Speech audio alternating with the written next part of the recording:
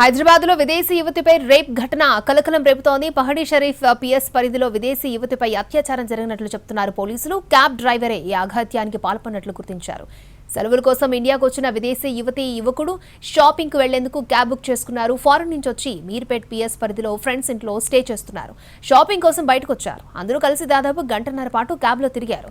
పహడీ షరీఫ్ రాగానే విదేశీ యువకుడు పిల్లల్ని దించేసి యువతిని తీసుకుని ముందుకు వెళ్లాడు క్యాబ్ డ్రైవర్.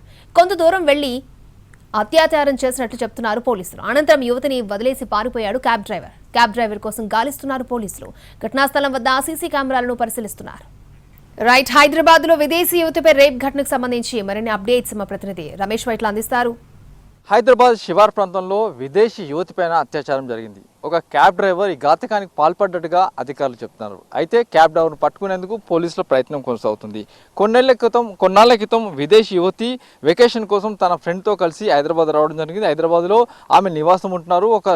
మీర్పేట సమీపంలోని ఒక ఇంట్లో ఆమె తన ఫ్రెండ్ ఇంట్లో స్టే చేస్తున్నారు. అయితే నిన్న ఏదైతే ఒక క్యాబ్ని అంటే సిటీ మొత్తం తిరగడానికి ఒక క్యాబ్ని బుక్ చేసుకుని జరిగింది.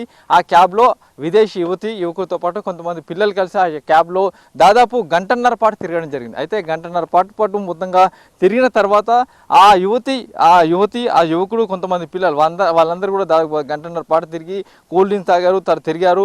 అయితే ఆ యువతిని ఎలాగైనా అనుభవించాలనే ఉద్దేశంతో క్యాబ్ డ్రైవరు ఆ యువకుడు ఆ పిల్లల్ని క్యాబ్లో ఉన్న ఆ పిల్లల్ని వాళ్ళందరూ కూడా ఒక దగ్గర ఆపివేయడం జరిగింది.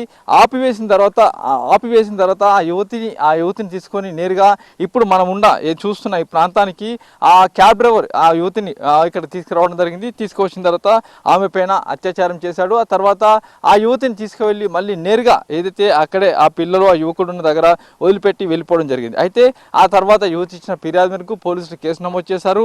దానిపైన విచారణ చేస్తున్నారు. అయితే ఎవరైతే క్యాబ్ డ్రైవర్ ఉన్నారో క్యాబ్ డ్రైవర్ను పట్టుకునేందుకు ప్రయత్నాలు కొనసాగుతున్నాయి.